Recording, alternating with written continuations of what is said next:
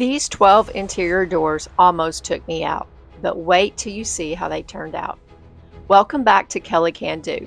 This is video number 5, and today we're wrapping up this renovation with the interior doors transformation. Here's where it all began. These doors had definitely seen better days, but these outdated panels are about to get a transformation you won't believe. Now, I'm not gonna lie, these solid wood doors nearly did me in. They're heavy, they're stubborn, and with 12 of them, this was no small task. I even needed a couple months to recover after this one. I'm just about to turn 59, and let me tell you, recovery takes a little longer these days. But after all that work, I'm finally at the finish line.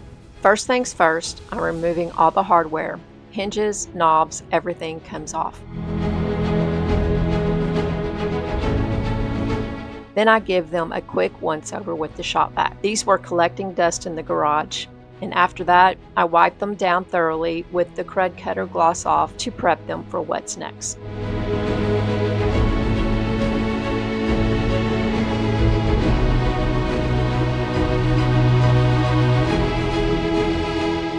Once everything was cleaned up, I grabbed my 180 grit sandpaper, starting with my Ryobi Orbital Sander.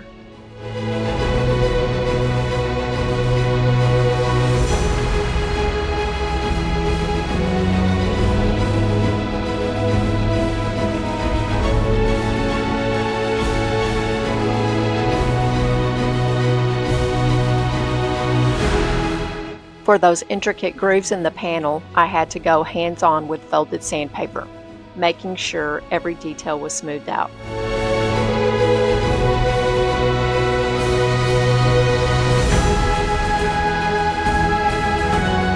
As I worked through each one, I flipped them over to sand both sides, and I didn't forget the edges either.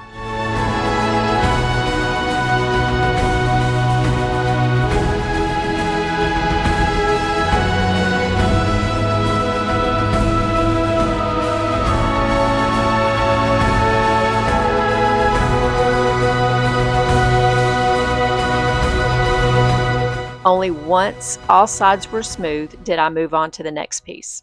I switched to the DeWalt sander here. Plugging it in gave me more power, and it fit better into the panel grooves. That gave me a much more smoother sanding process.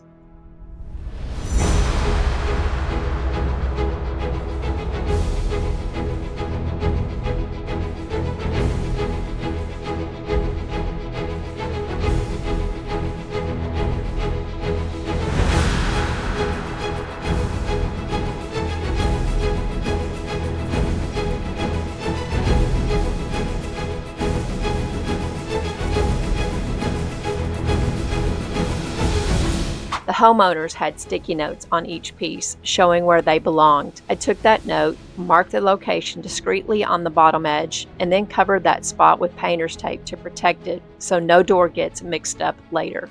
In this step, I'm drilling pilot holes, 2 on the top end and 2 on the bottom end on each side, then inserting long screws. These screws will rest on the supports I built, holding everything slightly elevated so I can flip each door over easily during the painting process without disturbing the finish.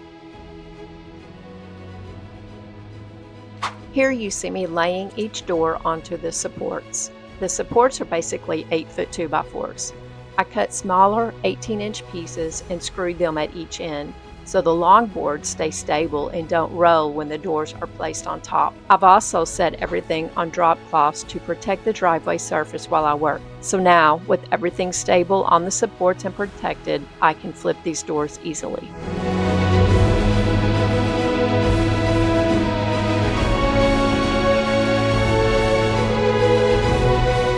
Now I'm spraying on the primer, starting with one side. Once that's done, I flip it over on those supports and prime the other side, making sure everything is evenly covered. By the way, I'm using Sherwin-Williams Extreme Block water-based primer for this job. It's perfect for blocking stains and giving me a solid base before painting.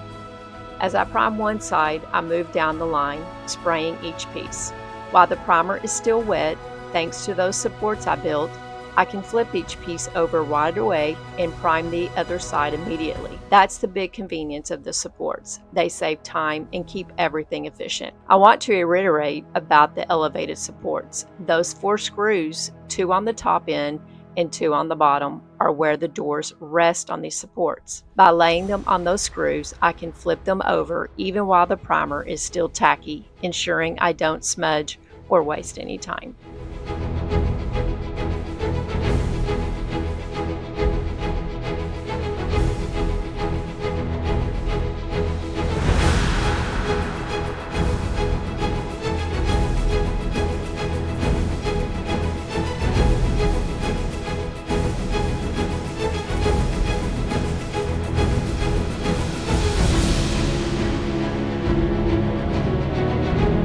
Once all the doors were primed and dry, I went back and filled in any dings, imperfections, or cracks with an all-purpose mud filler. I flipped the doors over and repeated the process on the other side. Once everything was dry, I started sanding the entire door with 220 grit sandpaper, not just the patched areas, but the whole surface, so it was completely smooth and ready for paint. After sanding, I blew off most of the dust with the shop vac, and then I wiped everything down with a damp microfiber cloth to make sure it was completely clean before painting. In this clip, I'm going back and touching up a few areas on the doors with a little extra primer, just making sure any spots I missed or that need more coverage are sealed before I paint. And finally, I have all the doors set up and ready to receive their first coat of paint. I'm using a high quality enamel so I can get a smooth, durable finish. The paint color I'm using is Dovetail by Sherwin-Williams. It's their Emerald Urethane Trim Enamel in a satin finish, which will give the doors a really refined, durable look.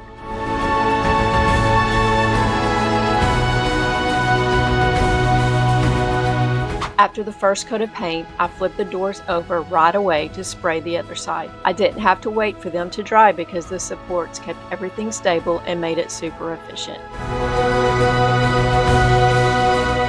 Now that the first coat of paint has dried on both sides, I'm sanding with a very fine 320 grit sanding block. This helps smooth out the finish and gets it ready for the final coat. Once I finished sanding, I wiped all the dust off using a damp microfiber cloth, so the surface was clean and ready for the next coat of paint.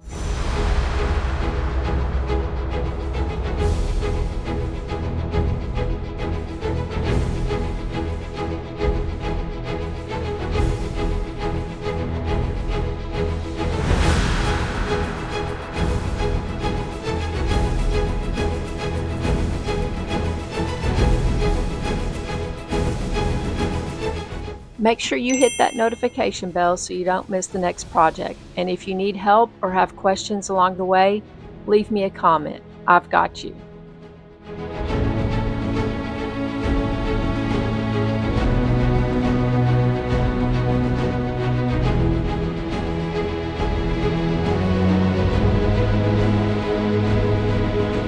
With all the doors sanded, I'm now spraying on the second coat of paint. This will give them a rich, even, smooth finish.